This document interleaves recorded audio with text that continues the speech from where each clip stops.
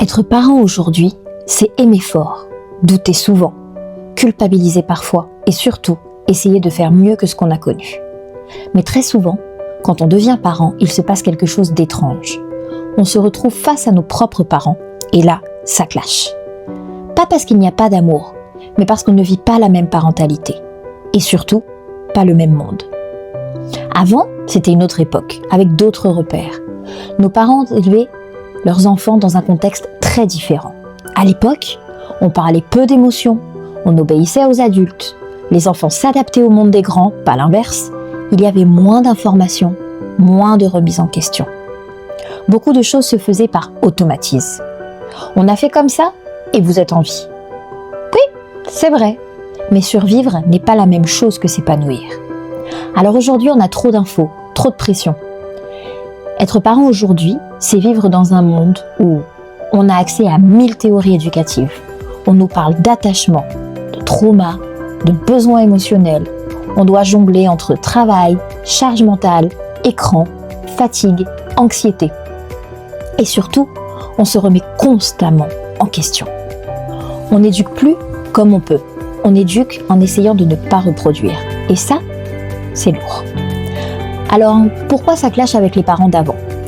Eh bien, le clash arrive souvent ici, quand on entend « tu fais trop attention »,« il te manipule »,« un enfant doit s'habituer »,« nous on ne faisait pas ça »,« oh, une sucrerie ne va pas lui faire de mal ».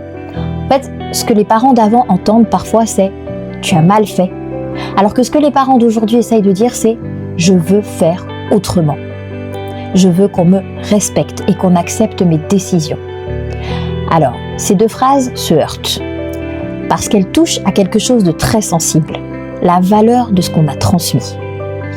Mais deux vérités peuvent coexister, et c'est important de le dire.